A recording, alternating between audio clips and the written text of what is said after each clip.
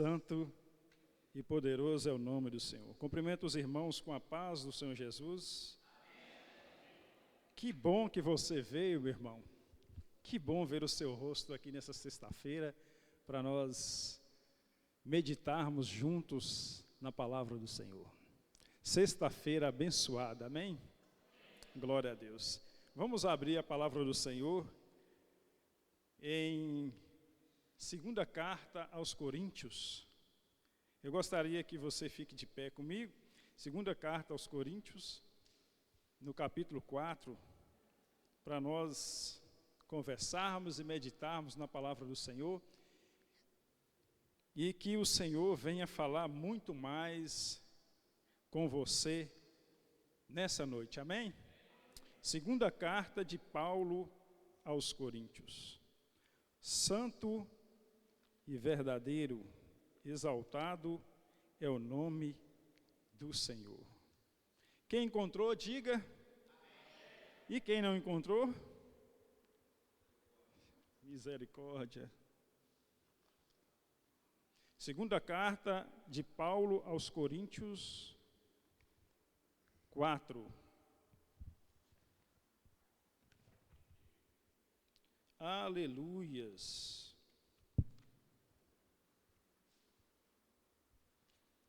Vamos ler a palavra do Senhor, amém?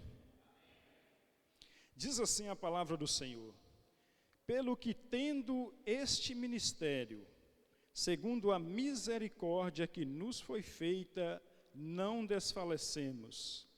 Antes rejeitamos as coisas que por vergonhosas se ocultam, não andando com astúcia, nem falsificando a palavra de Deus. E assim recomendamos a consciência de todo homem, na presença de Deus, pela manifestação da verdade. Mas se ainda o nosso evangelho está encoberto, para os que se perdem está encoberto, nos quais o Deus desse século cegou o entendimento dos incrédulos, para que não lhes resplandeça a luz do evangelho da glória de Cristo, que é a imagem de Deus. Porque não nos pregamos a nós mesmos, mas a Cristo Jesus, o Senhor, e nós mesmos somos vossos servos por amor de Jesus.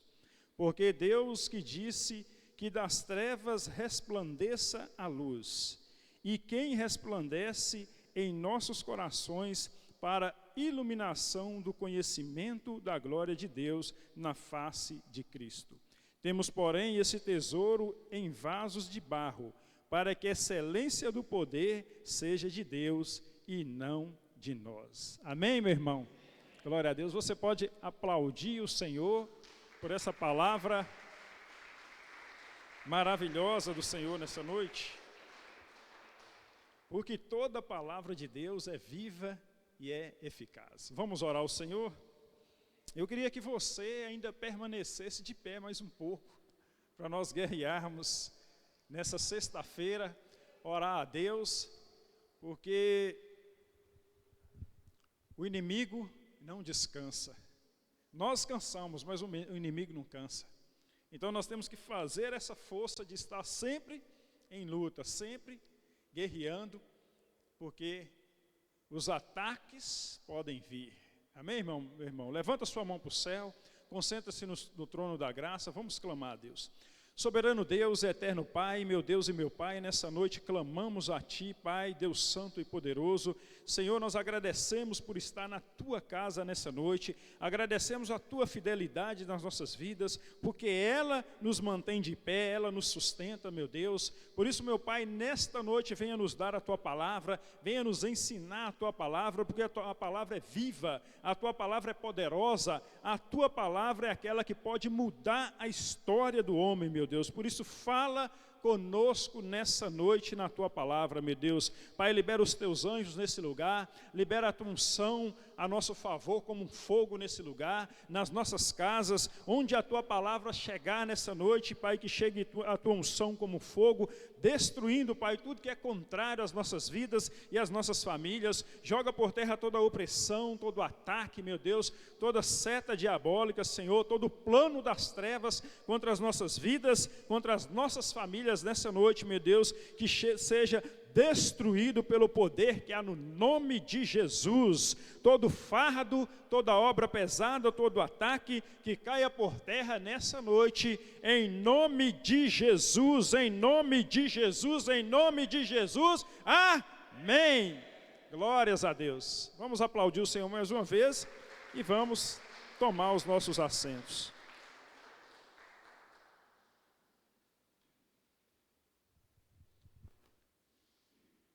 E vamos meditar na palavra de Deus nessa noite.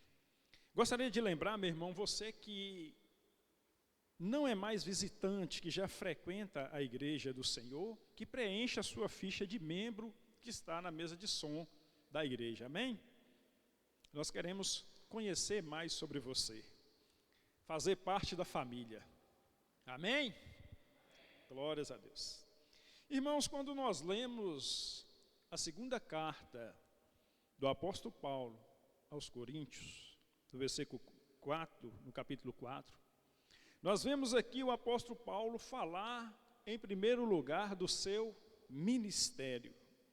Pelo que tendo este ministério, segundo a misericórdia que nos foi feita, não desfalecemos. Então o apóstolo Paulo, ele inicia o capítulo 4 de 2 Coríntios, falando sobre o seu ministério. Nós vemos aqui um reconhecimento do apóstolo.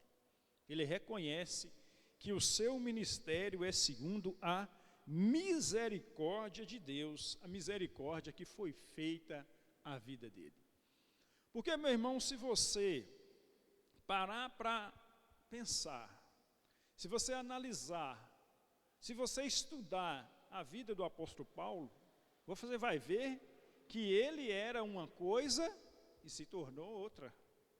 Ele era um perseguidor da igreja e se tornou um homem de Deus e que também se tornou perseguido.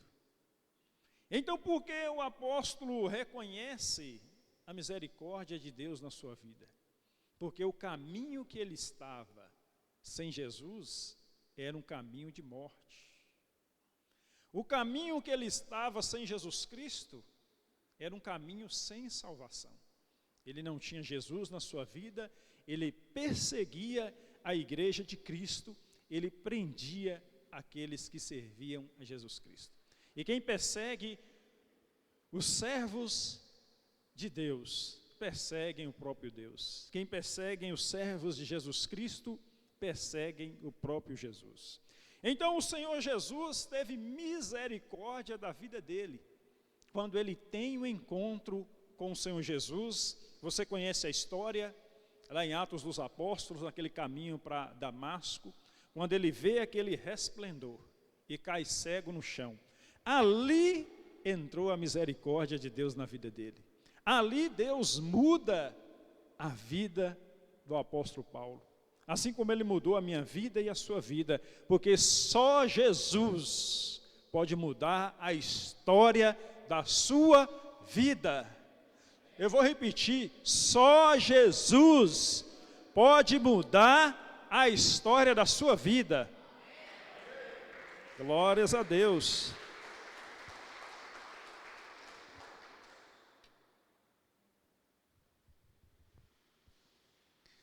Então é muito interessante isso. Em um dado momento da vida do apóstolo Paulo, ele não olha para frente, ele olha para trás. Ele olha para o passado, ele lembra o que Deus fez por ele. Muitas pessoas, nós às vezes Pensamos muito em conseguir, eu preciso conseguir uma casa, eu preciso conseguir um emprego bom, eu preciso conseguir bens materiais, eu preciso conseguir um curso, eu preciso fazer isso, eu preciso fazer aquilo. Mas e o que Deus já fez por nós? Muitas vezes pedimos e não paramos para olhar para trás e olhar para onde Deus nos tirou e onde Ele tem nos colocado. Você já fez isso? Você já parou para pensar o que Deus já fez por você? Muitas vezes as pessoas reclamam de Deus, mas Senhor, tantas pessoas têm tanto, eu queria ter mais, mas e o que Deus já fez por você? De onde Deus tirou você e onde Deus tem colocado, meu irmão? Quando nós olhamos para frente, para o futuro, pensamos em conquista, mas quando nós olhamos para trás, para o nosso passado, nós vemos a fidelidade de Deus. Olhe para o seu passado e vê a fidelidade de Deus. Só de nós estarmos vivos e respirando e louvando a Deus nesta noite é motivo de glória, porque muitos queriam estar aqui, nesses lugares, podiam estar aqui e não estão, outros queriam estar aqui, mas não podem mais estar. Então, como o salmista diz, que darei eu ao Senhor pelos benefícios que me tem feito? Isso é olhar para o passado e ser agradecido a Deus por aquilo que Ele já fez na nossa vida. Pense nisso, pare e pense, olhe, quem era você e quem é você hoje? Quem era você, um perdido, e hoje você na presença de Deus? Só isso, meu irmão, já é uma grande maravilha na sua vida, já é motivo para você levantar as mãos e dizer, só o Senhor é Deus na minha vida, só o Senhor tem mudado a minha vida, só o Senhor tem direcionado a minha vida. Pare, pense, olhe e agradeça. Agradeça.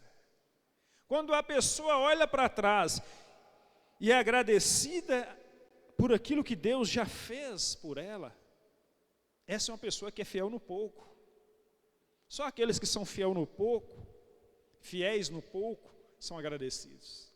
Aqueles que não são fiéis no pouco, não são agradecidos a Deus. E esses vão para o muito. Segredo de vitória para você nessa noite. Ser fiel no pouco, para ir para o muito, meu irmão. O muito. Muito com Jesus, porque o muito sem Jesus e nada é a mesma coisa. Muito com Jesus. Então o apóstolo Paulo, em um dado momento da sua vida, escrevendo aos Coríntios, ele olha para trás e lembra das maravilhas que Deus fez na vida dele e no ministério que ele tinha. Pelo que tendo esse ministério, segundo a misericórdia que nos foi feita, não desfalecemos.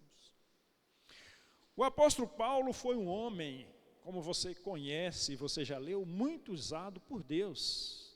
Sinais, maravilhas, milagres, muitas coisas aconteceram na vida desse homem, porque ele se dedicava a Deus. Você quer ser usado por Deus, meu irmão? Então se dedique a Ele. Se dedique à sua causa, porque Deus usa aqueles que se dedicam a Ele. O apóstolo Paulo, um homem que tinha um ministério muito usado por Deus. Como eu já falei antes, era um perseguidor da igreja que acabou se tornando perseguido. Mas, meu irmão, por falar em perseguição, por que existe a perseguição? Por que tanta perseguição contra o Evangelho de Cristo? Por que tanta perseguição contra aqueles que estão em Jesus? Sabe por quê, meu irmão? Porque aquele que está em Cristo, ele é luz. E a luz, ela incomoda as trevas. A luz incomoda as trevas. Onde há luz, as trevas não podem existir. Então, a luz, ela incomoda as trevas. Por isso há perseguição. Então você tem que entender que Jesus, o próprio Jesus, quando ele vem ao mundo, ele fala que não trouxe paz à terra, mas sim a espada. Jesus diz lá em Lucas 12, a partir do versículo 49, que ele não veio trazer paz à terra, mas dissensão. Porque a partir daquele momento estariam pessoas divididas dentro de uma casa. Estaria pessoas divididas uns contra os outros. Por quê, meu irmão? Porque em uma casa onde a palavra de Deus chega e a convenção de vida, a mudança, a pessoas se convertendo, haverá perseguição ali dentro. Haverá divisão. Então Jesus, ele vem como um libertador. Ele vem como libertador pregando para o povo: arrependei-vos, porque é chegado o reino de Deus. E as pessoas que se convertem ao Senhor começaram a ser perseguidas, porque o Deus desse século, ele persegue a igreja do Senhor. Satanás, ele é chamado de o Deus desse século. E ele faz guerra à igreja do Senhor. Por isso você tem que estar vigilante, como o apóstolo Pedro disse: sede sóbrios e vigiai, porque o diabo, vosso adversário, anda em derredor, bramando como leão, buscando a quem possa tragar. Então a perseguição existe por essas questões, porque a luz, ela incomoda as trevas, mas você tem que sempre lembrar que a luz é superior às trevas, e as trevas jamais podem vencer a luz. As trevas jamais podem vencer a luz, meu irmão. Creia nisso. Por mais que situações venham à sua vida, Deus, ele é conhecido como Deus Altíssimo. Ele é maior do que qualquer situação que vier sobre a sua vida. Mas se a perseguição acontece com você, se a perseguição lá dentro da tua casa, depois que você se converteu, isso, o Senhor Jesus disse que tem que ser motivo de alegria na sua vida. Ele diz em Mateus 5,11: alegrai e exaltai, quando vos injuriarem, vos perseguirem por causa do meu nome. Grande será o vosso galardão, porque antes de perseguir você, meu irmão, perseguiram também os profetas. O apóstolo Paulo, ele perseguiu e também sofreu perseguição. Então, que tenha alegria, que seja alegria na sua vida, não tristeza a perseguição, porque ela vai cair por terra, porque maior é o Senhor na sua vida. Talvez alguém aqui está tendo perseguição dentro de casa, talvez alguém aqui teve palavras indiretas dentro de casa, porque vem à igreja, mas não se importe com isso, meu irmão. Não se importe com isso, continue no caminho de Cristo. Você quer reforçar a sua fé? Lê Mateus 5,11, eu vou abrir lá, Evangelho de Mateus capítulo 5, versículo 11,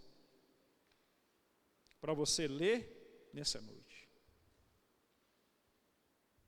Mateus 5,11, eu vou ler com você para reforçar a sua fé nessa noite e você não deixar se abater por essas coisas. Bem-aventurado sois vós quando vos injuriarem, perseguirem, mentindo, disserem todo mal contra vós. Exaltai e alegrai, porque grande é o vosso galardão nos céus, porque assim perseguiram os profetas que foram antes de vós. Então que seja motivo de alegria, meu irmão. Seja motivo de alegria para que você continue firme no Senhor. E o apóstolo Paulo, ele reconhece essa misericórdia de Deus na vida dele. Mas o Senhor Jesus, ele veio para todos. O Senhor Jesus, ele veio para que todos sejam salvos. Embora nem todos serão salvos, mas a salvação está disponível para todos.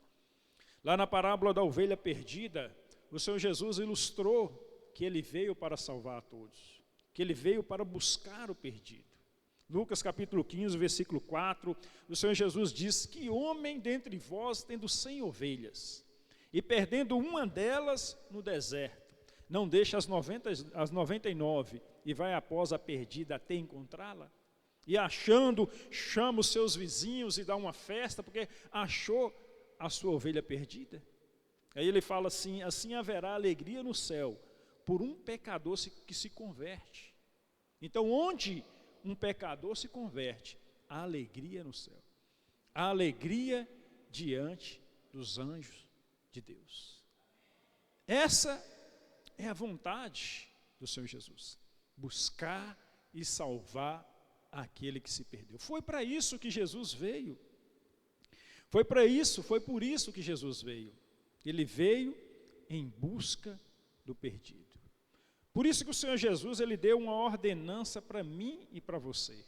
Sabe qual é? Ide por todo o mundo e pregai o evangelho a toda criatura. Aquele que crê e ser batizado será salvo. Essa vontade de Jesus em salvar, foi essa vontade que o levou para a cruz, para salvar a mim e a você, meu irmão. Esse desejo no coração do Senhor Jesus fez com que ele fosse para a cruz, pagar pelos nossos pecados, para que nós tenhamos a salvação. Esse é o desejo de Jesus. Por isso que nós somos convidados a pregar essa palavra onde nós tivermos oportunidades. Porque onde essa palavra chegar, ela liberta. Como está escrito em João 8:32, conhecereis a verdade, e a verdade vos conhecereis a verdade, e a verdade vos libertará. Então esse é o desejo, por isso Jesus dá essa ordenança. Ide por todo o mundo e pregai o evangelho a toda criatura. Essa é a vontade do nosso Deus.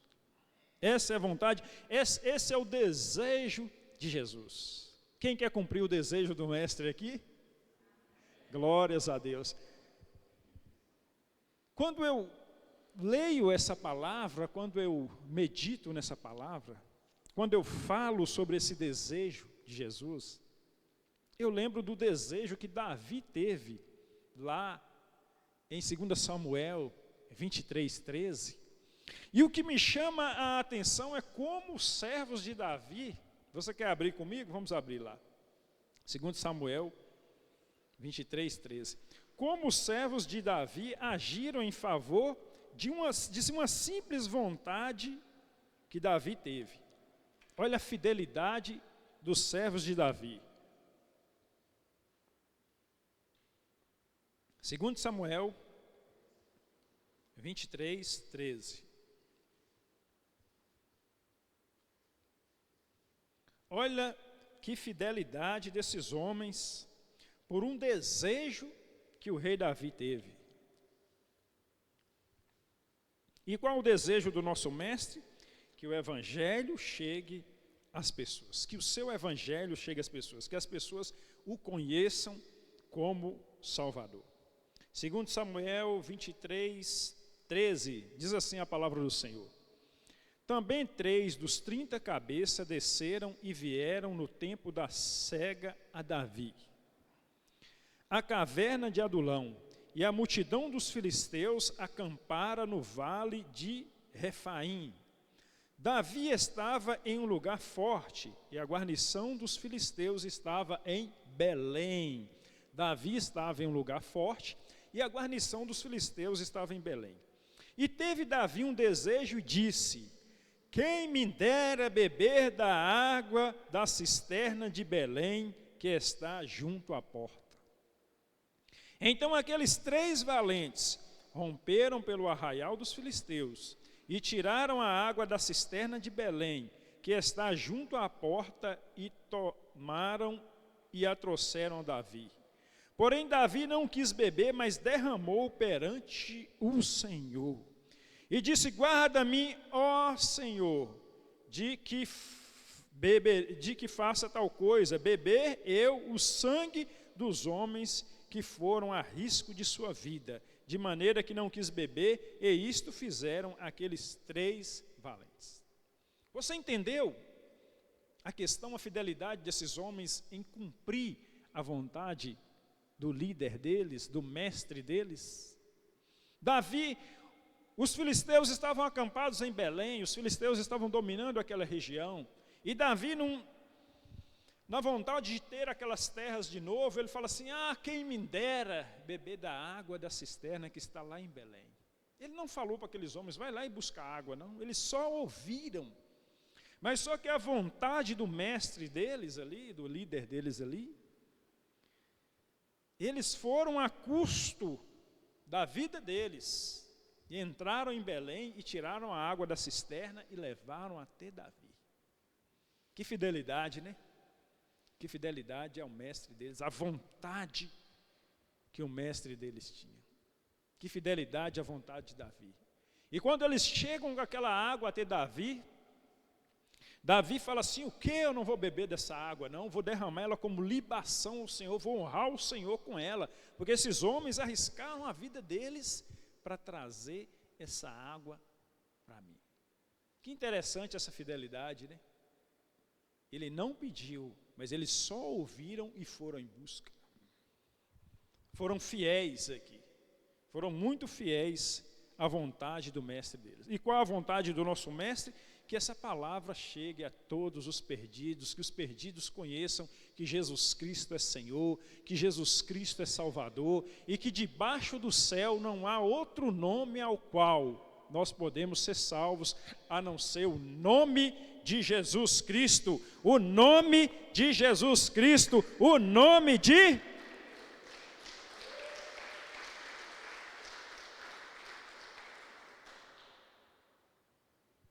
Era a vontade do mestre deles. E eles foram em busca dessa vontade. Em busca de realizar esse desejo que estava no coração do rei Davi. Que interessante essa questão. Eles lutaram e foram em busca. E o apóstolo Paulo está falando sobre a misericórdia de Deus na sua vida, no seu ministério. Porque se não fosse essa misericórdia de Deus, ele não teria a salvação. E a misericórdia de Deus é o motivo de nós estarmos aqui de pé nessa noite, meu Deus. Glorificando ao nosso Deus de pé nessa noite. Prosseguindo na palavra, pelo que tendo esse ministério, segundo a misericórdia que nos foi feita, não desfalecemos. Versículo 2, antes, rejeitamos as coisas que por vergonhosas se ocultam, não andando com astúcia, nem falsificando a palavra de Deus, e assim recomendamos a consciência de todo homem na presença de Deus pela manifestação da verdade. A consciência de todo homem pela manifestação de Deus. Recomendamos a consciência de todo homem na presença de Deus pela manifestação da verdade. Meu irmão, tudo que você for fazer na sua vida, você sabe o que é verdade, você sabe o que é certo. Você sabia que o apóstolo Paulo, ao pregar em regiões remotas do mundo, ele chegou lá e viu que aquelas pessoas, mesmo sem conhecer a palavra de Deus, faziam bem, faziam as coisas certas. Aí ele vai falar assim, Deus escreveu a sua lei nos corações das pessoas. Então tudo que nós formos fazer, nós temos consciência daquilo que é certo e daquilo que é errado. Muitas vezes nós fazemos coisas erradas, e alguma coisa dentro de nós não fica legal. Você fez uma coisa errada, alguma coisa dentro de você, um sentimento de que aquilo não devia ter feito daquilo. E aí você fala, Deus não fala comigo. Não é que Deus não fala com você, é que você não está ouvindo. Você não está ouvindo a Deus. Que não é só comigo que acontece isso. Eu creio que acontece com você. Quando você faz alguma coisa que não era a vontade de Deus, você sente alguma coisa aqui dentro. Eu não devia ter feito aquilo. Como que Deus não fala com você, meu irmão? O que você precisa aprender é ouvir a Deus. Entender Deus, entender a linguagem de Deus. Antes rejeitamos as coisas que vergonhosas se ocultam. Meu irmão, falar em coisa vergonhosa que se oculta. Imagina na sociedade nossa, quanta coisa é ocultada. Quanta coisa é ocultado. Quanto pecado está oculto na nossa sociedade? Quanto pecado as pessoas têm ocultado uma das outras? É muita coisa, meu irmão. É muita coisa. Muitas vezes nós pensamos que conhecemos as pessoas, mas não conhecemos. Às vezes até mesmo pessoas que frequentam a igreja ocultam pecados e continuam na prática do pecado. Mas será que de Deus nós podemos esconder as coisas? Muitas vezes as pessoas ficam escondendo os pecados umas das outras. Pecado, meu irmão, não foi feito para esconder. Pecado foi feito para arrepender e nunca mais praticar. Essa é a verdadeira questão do pecado. Porque muitas vezes existe um espírito que atua dentro das igrejas. E é um espírito muito forte esse espírito. Ele é chamado de espírito de Jezabel. O espírito de Jezabel, ele mistura o santo e o profano juntos. O espírito de Jezabel, ele coloca na mente das pessoas que elas não precisam largar os pecados. E muitas pessoas, esse espírito tampa a mente dessas pessoas que a palavra de Deus não dá fruto, não entra e não dá fruto. Sabe por quê? Porque muitas pessoas amam o pecado e não querem largar. Muitas pessoas amam o pecado e não querem largar o pecado. E o espírito de Jezabel traz sobre a mente dessas pessoas que elas podem continuar na igreja, continuar na presença de Cristo, com a vida no pecado. Como um jovem falou, Satanás, ele não está desviando as pessoas lá fora, ele está desviando dentro das igrejas. Porque não há, na vida de muitas pessoas, não há aquele verdadeiro compromisso com a palavra de Deus e com a verdade de Deus. E Deus, ele tem mostrado para nós os nossos pecados, meu irmão. Muitas vezes a gente pensa que a gente não tem pecado, mas você tem que fazer uma experiência e orar a Deus e falar: Senhor, mostra o meu pecado. Porque muitas vezes, meu irmão, o nosso pecado, ele está um palmo na frente do nosso nariz, nós não enxergamos, porque costumamos a conviver com ele. Nós acostumamos muitas vezes a conviver com o pecado. Então, uma certa vez, eu tinha um pecado na minha vida, que para mim já não era mais pecado. Eu tinha acostumado com esse pecado.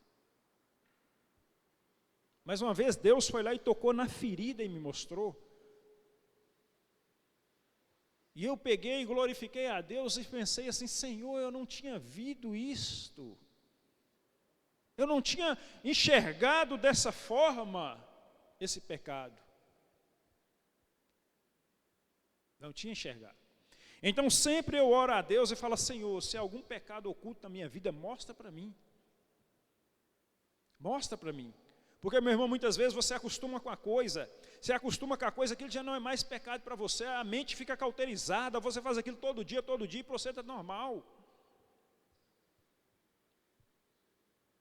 Peça para Deus mostrar para você o seu orgulho, Ele vai te mostrar. Peça para Deus mostrar a sua altivez de espírito, Ele vai te mostrar. Peça para Deus mostrar inveja em você, Ele vai te mostrar. Peça para Deus mostrar para você o seu egoísmo, Ele vai te mostrar. Não é porque estamos na igreja que somos santos, meu irmão, não é porque pregamos que estamos santos, porque todos nós temos uma carne pecaminosa. Jesus disse que quando os fariseus chegam para Jesus, para os discípulos, falam assim: vosso mestre come com pecadores, come com mãos sujas, vocês não lavam as mãos. Aí Jesus vai falar para ele: o que contamina o homem não é o que contamina o homem já está dentro dele. É do coração do homem que vêm os pecados, os adultérios, as invejas, as mentiras, as bebedices, as brigas, as dissensões, as prostituições, tudo isso está dentro de nós. Porque nós, embora salvos, temos uma carne pecaminosa, Temos uma carne caída, meu irmão, está dentro de nós. Já está dentro de nós. E só conseguimos vencer isso quando começamos a andar no Espírito. Mas você não está livre da tentação, você não está livre. Por mais que você esteja em santidade, por mais que você esteja buscando a Deus, você tem que vigiar contra a sua carne, contra as suas vontades. A tentação é algo universal, ninguém está livre dela. Ninguém está livre da tentação. Ninguém está livre dos desejos carnais, não. Pode ser qualquer homem. Por mais santo que seja, ele tem uma carne pecaminosa e caída, que veio quando Adão caiu. Essa natureza que está dentro de nós.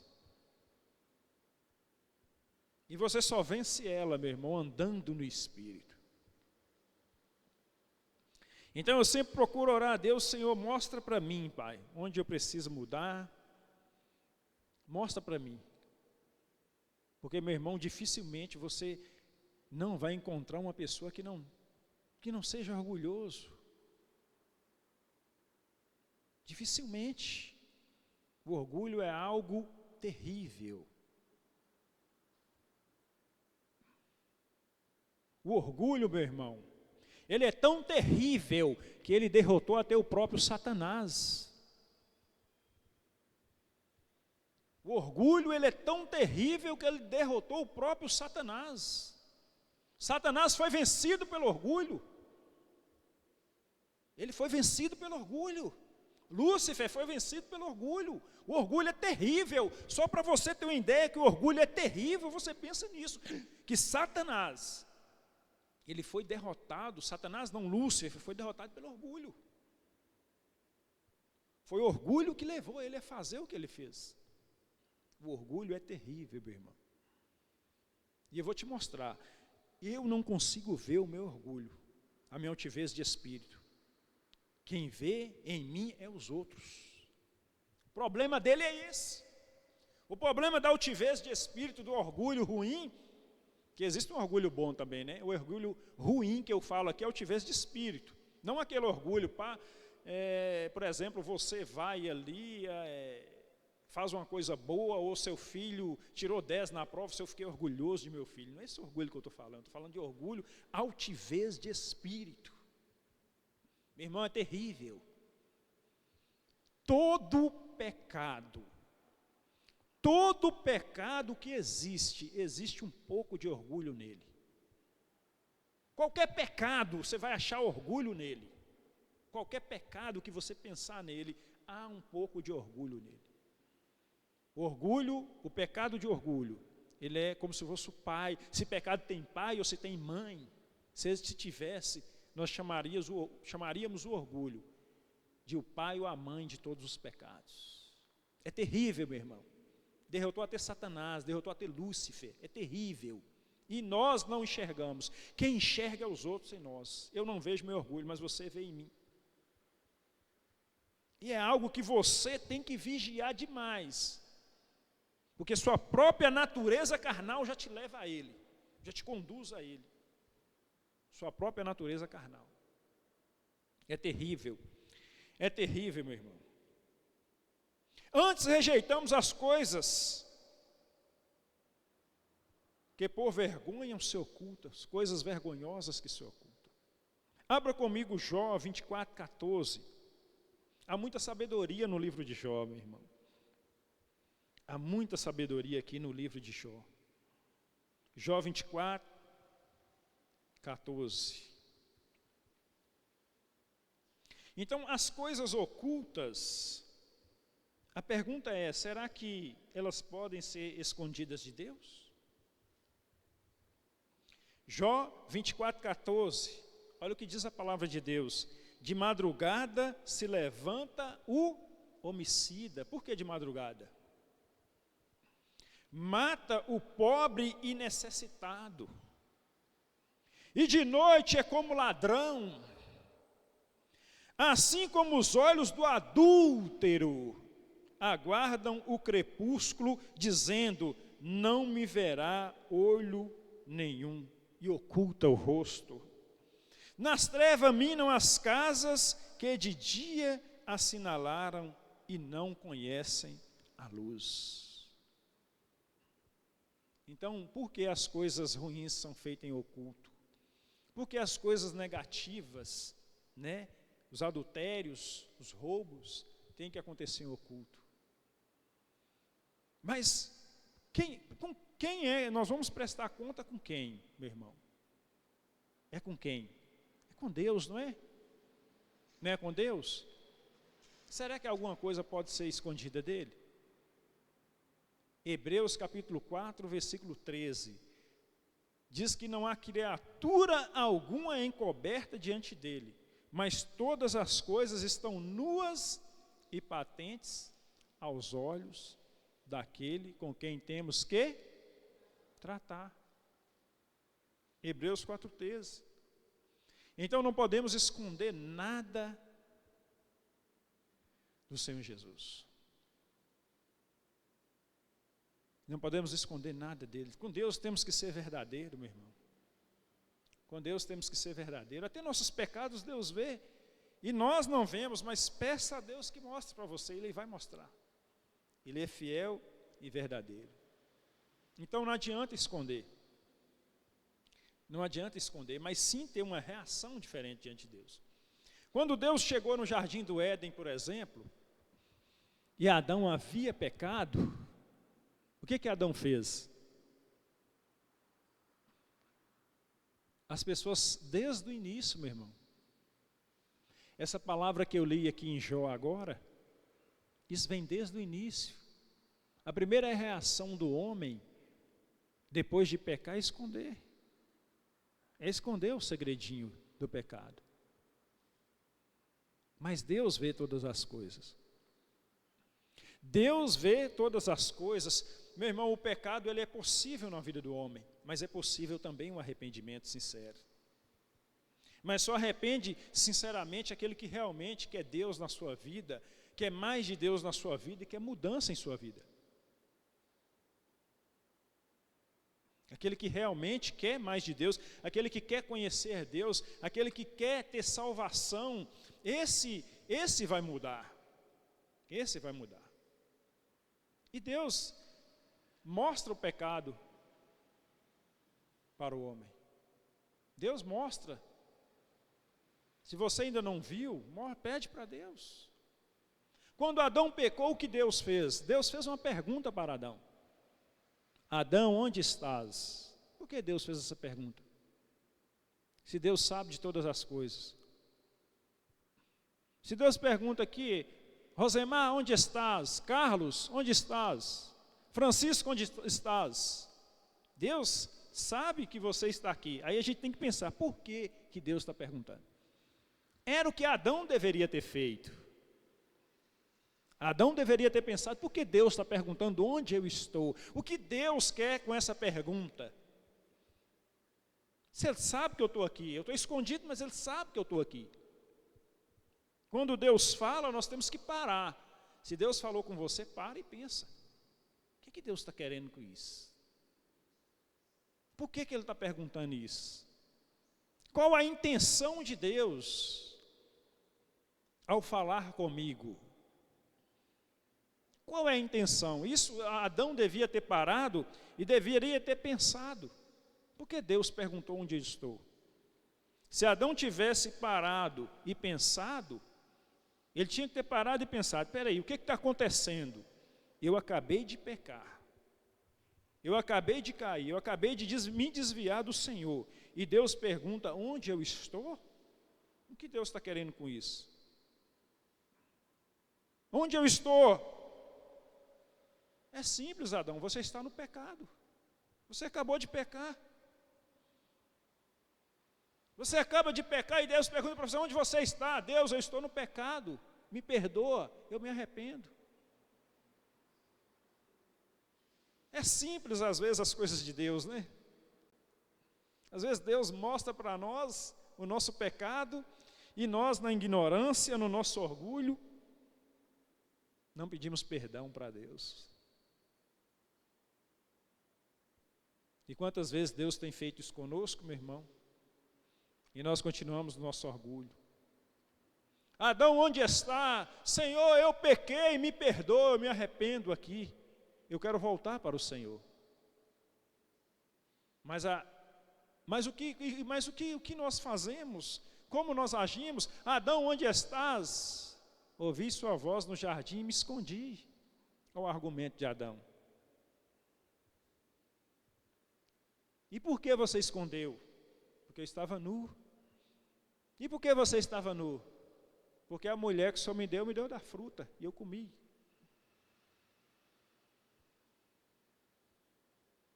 Às vezes nós precisamos assumir a nossa responsabilidade.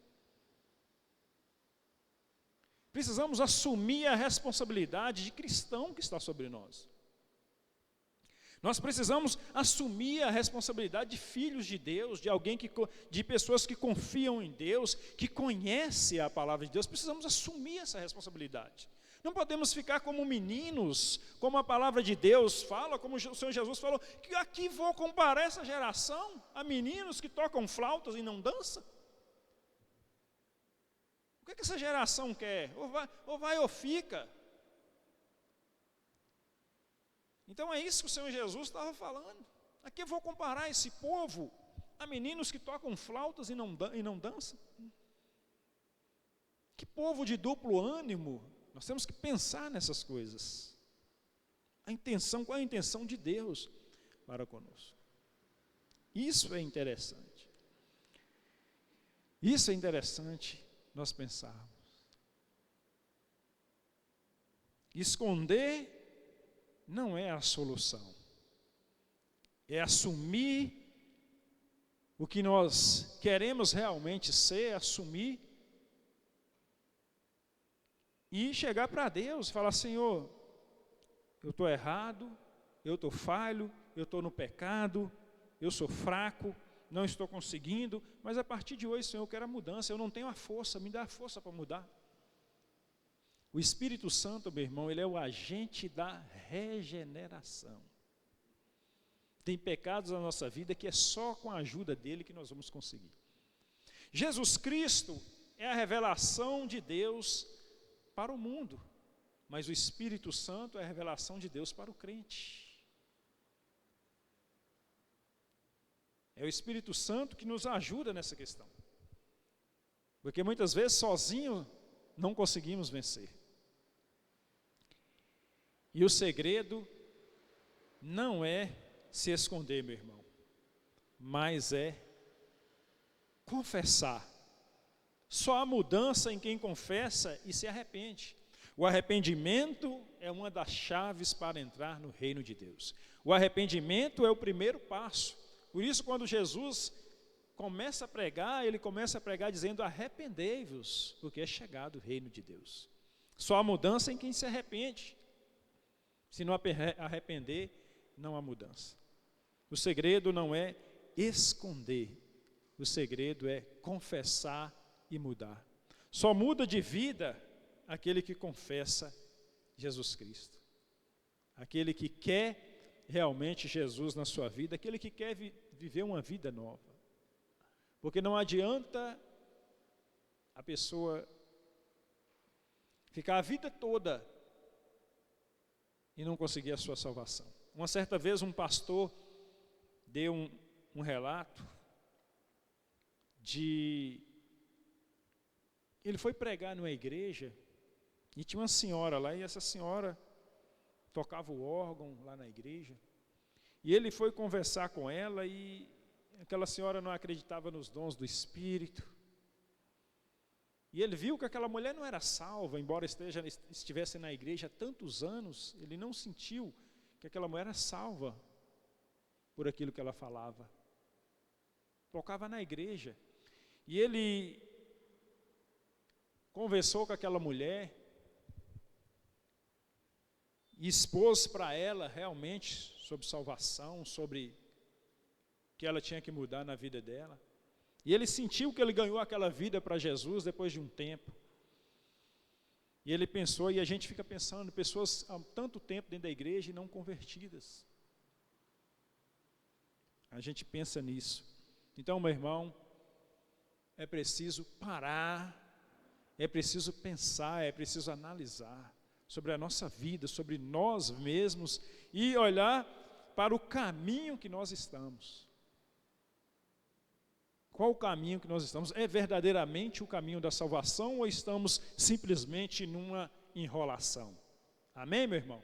Vamos ficar de pé nesse momento? Que nós vamos orar ao Senhor.